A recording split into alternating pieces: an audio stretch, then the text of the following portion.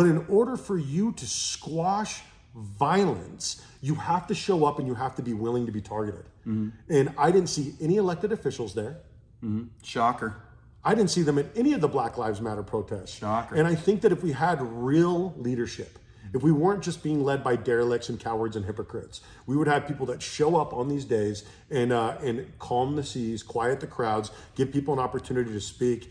Malcolm X was described as the only man in America who could single-handedly both start and stop a riot. It requires leadership, but it also requires being in the jar, right?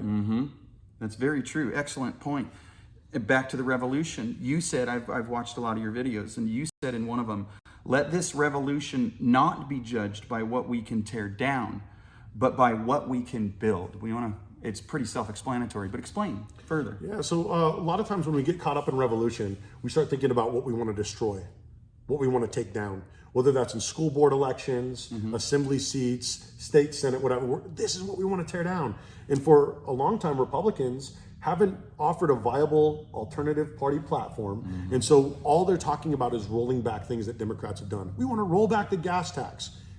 What else? There's a reason why Republicans have been getting their butts kicked all over the state of California for the last 20 years. And it's because they don't have a party platform. They don't have principles. They don't have a spine. And so when they end up debating someone like Governor Newsom, they get manhandled like a child because they're not saying anything. So when you're creating an alternative party platform, I want to do things like pull uranium from the earth,